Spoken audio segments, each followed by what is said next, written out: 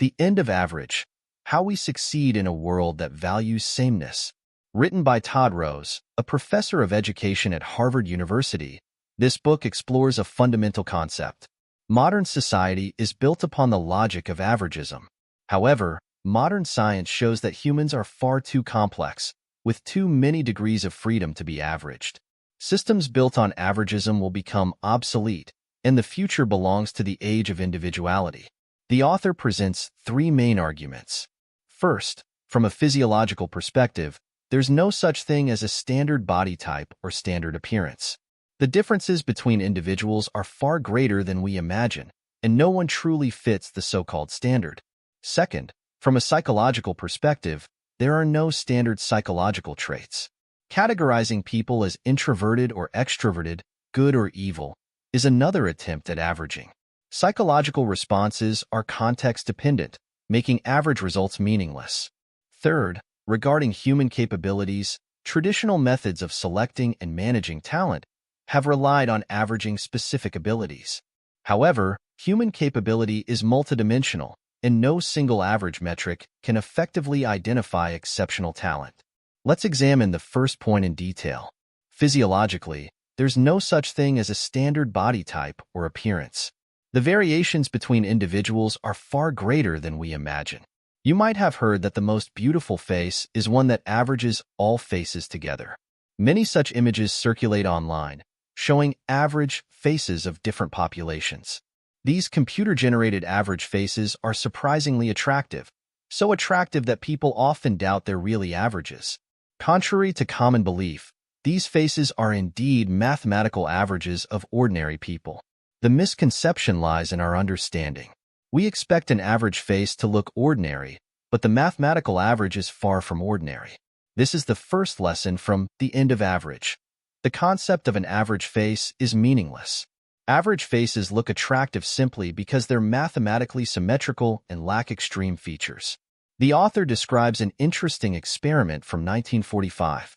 A scientist used measurements from 15,000 young American women to calculate the average dimensions of the standard American woman and created a statue based on these measurements. The statue was considered the epitome of feminine beauty. Later, an organization held a contest where young women could submit their measurements to see who most closely matched this ideal. Using 9 different measurements including height, arm length, and leg length, they received 3,864 entries. Remarkably, not a single woman matched all 9 measurements of the average woman. Even when they narrowed it down to just 5 measurements, only 40 candidates matched the criteria. The organizers reluctantly chose a supermarket cashier as the first prize winner. Her physique wasn't even that close to the ideal, and the media was quite disappointed with the outcome. The experts quickly reached a consensus. This proved Americans were in poor physical condition, with too many people out of shape, a concerning health issue. Little did they know that there's no such thing as a standard person. You can never find someone who perfectly matches average measurements. Around the same time, the U.S. Air Force encountered a similar issue. They noticed high aircraft loss rates, but neither the plane quality nor pilot performance seemed to be the problem. They eventually concluded that the cockpit design was problematic, making pilots uncomfortable and hampering their performance. Someone pointed out that the cockpit dimensions were based on 1926 military average measurements. After 20 years, soldiers' physiques had likely changed. The Air Force surveyed 4,063 pilots, measuring 10 different dimensions for each person, and calculated the average to determine the standard Air Force pilot physique. However, the researcher took an extra step. He wanted to know how many pilots actually matched these average measurements. He set generous margins of error. For example, if the average height was 69 inches, he considered anyone between 67 and 71 inches to be within range. The standards were quite flexible. Among these 4,000 plus pilots, how many matched all 10 measurements? None.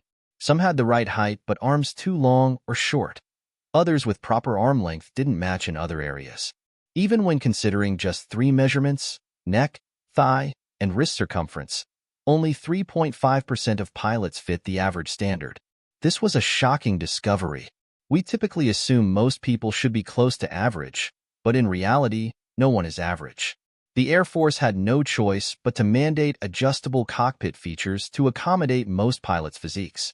These examples show that physical differences between people are far greater than what meets the eye, and calculating averages is meaningless.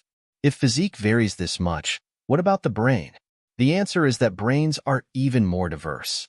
The end of average describes a striking example of brain imaging during word recognition. In the experiment, subjects were asked to recall words while their brain activity was photographed. Researchers wanted to identify which brain regions were active during word recall. The researcher discovered that each person's word memory activation areas were remarkably different. Many showed virtually no overlap with others. What's the point of averaging brain activity patterns across multiple people during word recognition? These experiments prove there's no such thing as a standard person. Human differences are far greater than we imagine. That's our first point. Physiologically, there are no standards, and averaging is meaningless. Moving to our second point. Psychologically, there are no standard patterns either. Categorizing people's psychology into introverted/extroverted or good/evil is another attempt at averaging. Psychological responses are context-dependent, and pursuing average results is meaningless. When it comes to psychology, most people love to discuss personality types. Let's use personality as an example. Common wisdom suggests that everyone has a personality, and we tend to categorize people accordingly. Some people are friendly, others are strict. Some are hardworking, others are lazy. Some are introverted, others are extroverted. Some are aggressive, others are peaceful. Some are generous, others are stingy.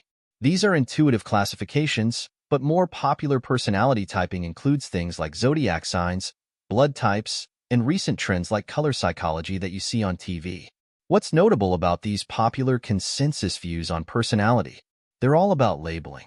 Take zodiac signs, for example. Capricorns are supposedly reserved and lack romance and passion. This labeling reflects averaging thinking. Believers in astrology assume Capricorns generally behave unromantically, which is essentially an averaging mindset. Of course, astrology exploits the Barnum effect in psychology and is essentially nonsense. But it shows us that popular views on personality stem from averaging thinking. So how do academics view this? Do they also take an averaging approach? This is complex because there's been debate in psychology about whether personality even exists. The book, The End of Average, helps us understand different psychological perspectives on personality. Early psychological schools believed that situational changes caused specific responses unrelated to personality. For example, people acting outgoing at a dance party do so because of the environment, not because they're naturally extroverted. This view is called situationism. Modern psychologists rarely agree with this school anymore. Since the 1980s, another perspective became mainstream. This view suggests that people do have inherent differences that are difficult to change. We call this the trait theory approach. Why did trait theory gain more acceptance after the 1980s? Research showed that people genuinely differ. Facing the same situation, different people show different behaviors. Will someone labeled as extroverted necessarily act outgoing at tonight's party? Not necessarily, which contradicts situationism. However, trait theory isn't perfect either, as the same person can show different personalities in different situations. Take a famous performer. They might be incredibly outgoing on stage, but prefer quiet reading and solitude in private. You can't accurately categorize them as either purely extroverted or introverted based on average behavior. What personality type are they? Trait theory can't explain this. There isn't a stable psychological trait, so trait theory was eventually abandoned by psychologists. Now there's a better theory. To predict someone's behavior, we can't just look at their characteristics or their situation alone. We need to consider both together. This perspective is known as the situational approach. In the 1990s, situationists conducted a famous study observing 84 children aged 6 to 13 at a summer camp for 6 weeks. Researchers tracked each child individually, recording personality assessments every hour. The findings revealed that each child displayed different personality traits in different situations. For example, one little girl was very outgoing during group meals in the cafeteria, but became quite reserved during outdoor activities on the playground. So which was her true personality, extroverted or introverted? The situationist concluded that people don't have fixed personality traits. Someone can show one trait in one situation and the opposite trait in another. Even if you try to average out their behavior across different situations and label them with a personality type, what's the point? In other words, modern psychology opposes this averaging approach to personality types. Instead of using personality types, how should we scientifically discuss psychological traits? The most scientific method is to use if-then statements. If this person is around strangers, then they act introverted. If this person is with familiar people, then they act extroverted. If this person is under pressure, then they become somewhat introverted. If this person is in the office, then they are very extroverted. So if you ask whether someone is introverted or extroverted, I need to first ask which situation you're interested in, then describe it using if-then statements rather than simple labels.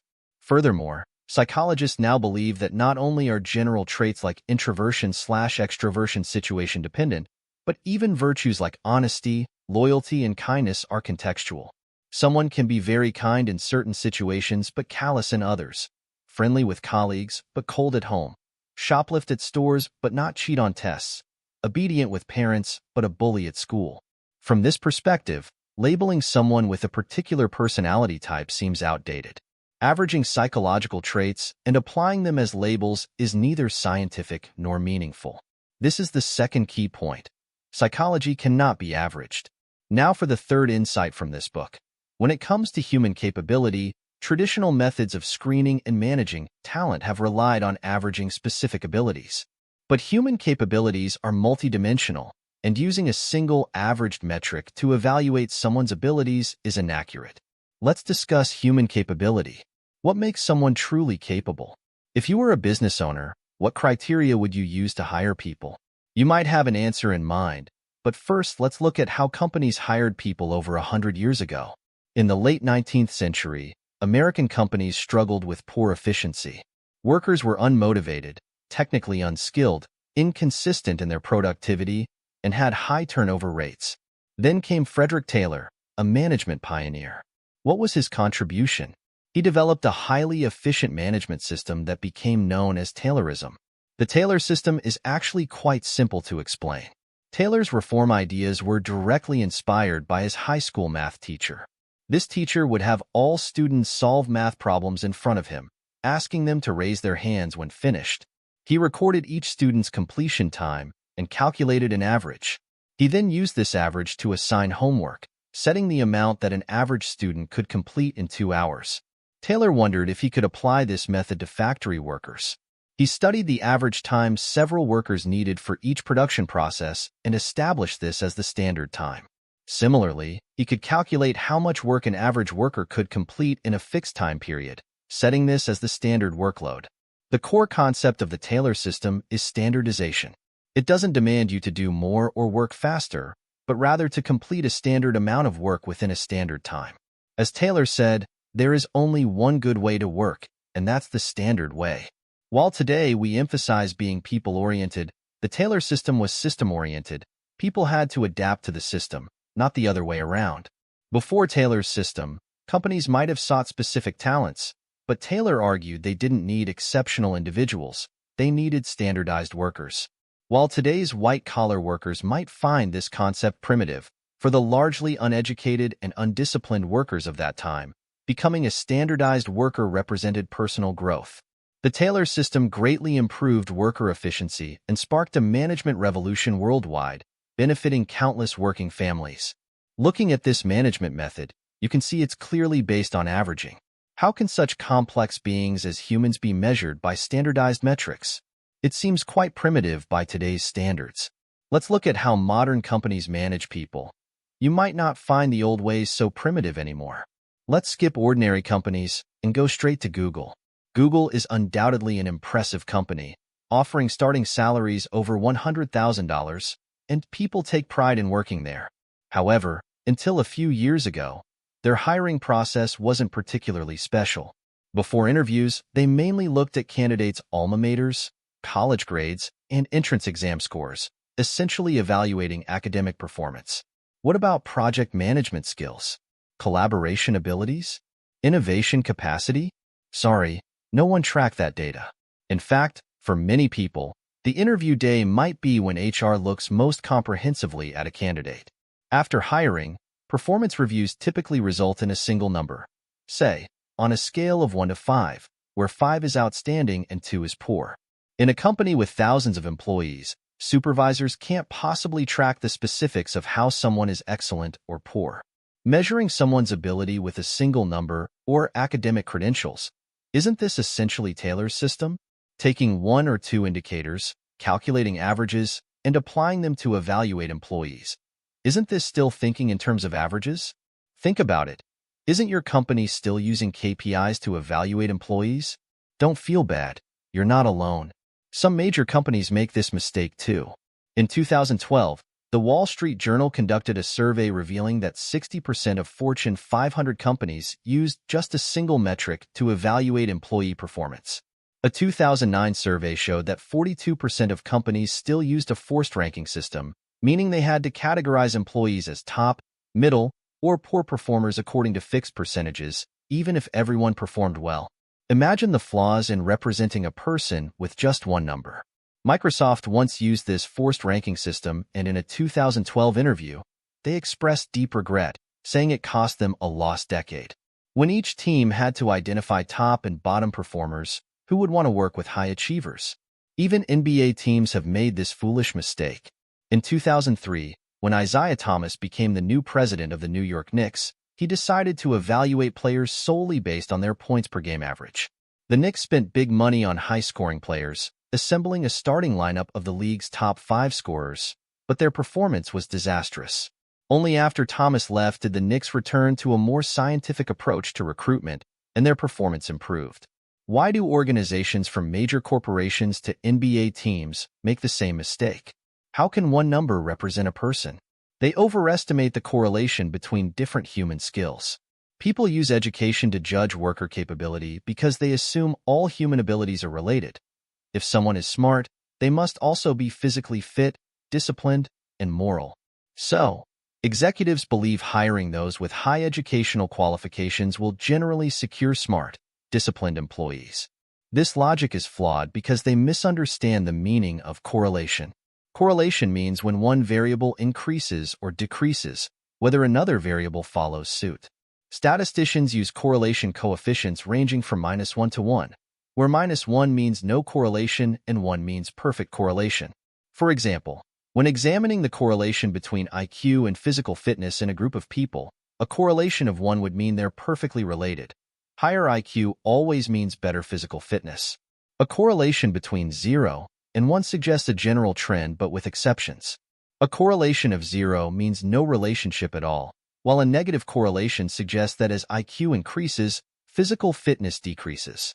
However, human attributes typically show weak correlations. Height and chest size, IQ, and character. These variables usually have correlation coefficients below 0.4. Humans are inherently irregular, making it unreliable to represent someone with just one metric. Both Google and Fortune 500 companies are making the same mistake in their hiring practices. So how should we select people? Let's look at Google again. Being a large company has its advantages. If you're big and wealthy, you can conduct various studies using your own employees. Recently, Google conducted an internal study to identify which metrics are truly effective when hiring employees. The researchers examined 300 indicators, but surprisingly, none proved particularly reliable. They discovered several insights that are valuable for companies in general. First, a person's SAT scores, the American College Entrance Exam, have no correlation with their job performance. Second, the prestige of one's alma mater has no bearing on work capability. Third, whether someone won programming competitions has no relationship with job performance. Fourth, college GPA does correlate with job performance, but only for the first 3 years after graduation. After that, academic performance becomes irrelevant. I should note that these conclusions are based on statistical data from current Google employees. Anyone working at Google has already met certain basic educational and programming skill requirements. If you were to compare gas station attendants with programmers, you'd likely find all these factors become relevant.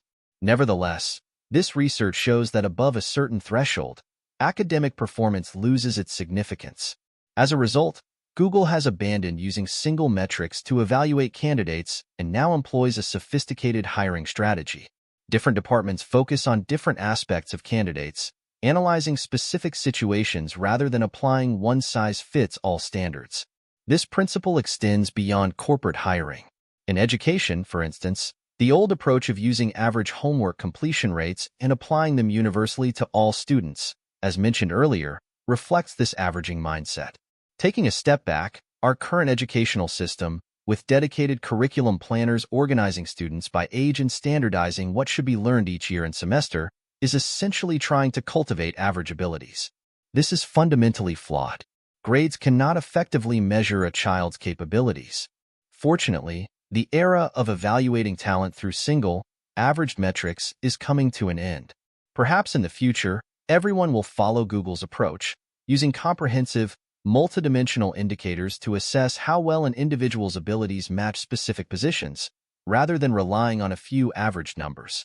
This trend is just beginning, but it's definitely underway.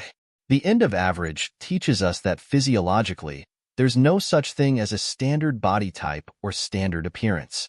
The differences between individuals are far greater than we imagine, and no one truly fits the so-called standard. Psychologically, there's no standard mindset either. Categorizing people's psychology into traits like introverted, extroverted, good, or evil is just another attempt at averaging. Psychological responses are closely tied to specific situations. Pursuing average results is meaningless. Looking at human capabilities, traditional methods of screening and managing talented individuals have focused on finding people based on average scores and certain abilities. However, human capabilities are multidimensional, and using just one or two average metrics to evaluate someone's abilities is inaccurate.